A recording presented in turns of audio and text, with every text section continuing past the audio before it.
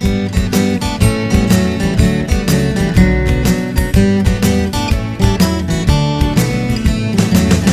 at the party first when he was just a kid, the center of attention with everything he did. When came the time to do some work, he ran away and hid. He was born to be a politician.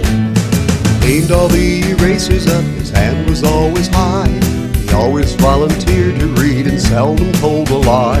When asked who broke the cookie jar, he looked toward the sky. He was born to be a politician.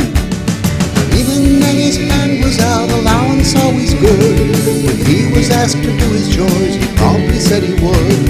As soon as he was finished scouting out the neighborhood, he was born to be a politician.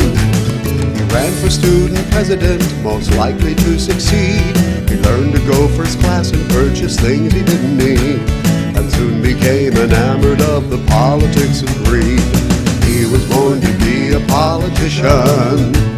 He went to university where he could fraternize with all the other scions of the wealthy and the wise, and court the secret brotherhoods that anyone would prize if he aspired to be a politician.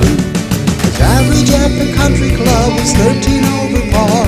He dined on power lunches and was liberal at the bar, and all of those who knew him said that he would travel far.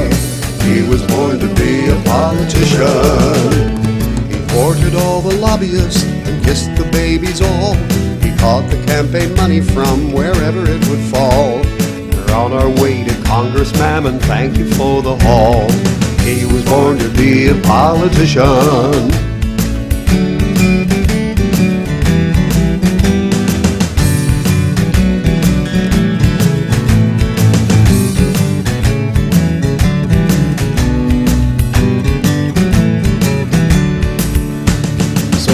His lofty perch within his castle on the hill, he sniggers at the hoi polloi and figures that he will arrange another junket while the voters pay the bill.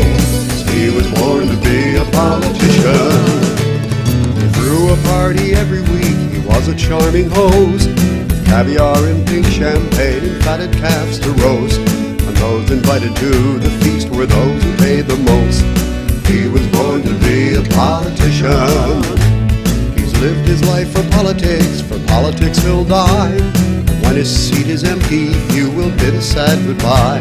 But one thing you can say for him, he always wore a tie. He even wore it when he went to prison. He was born to be a politician.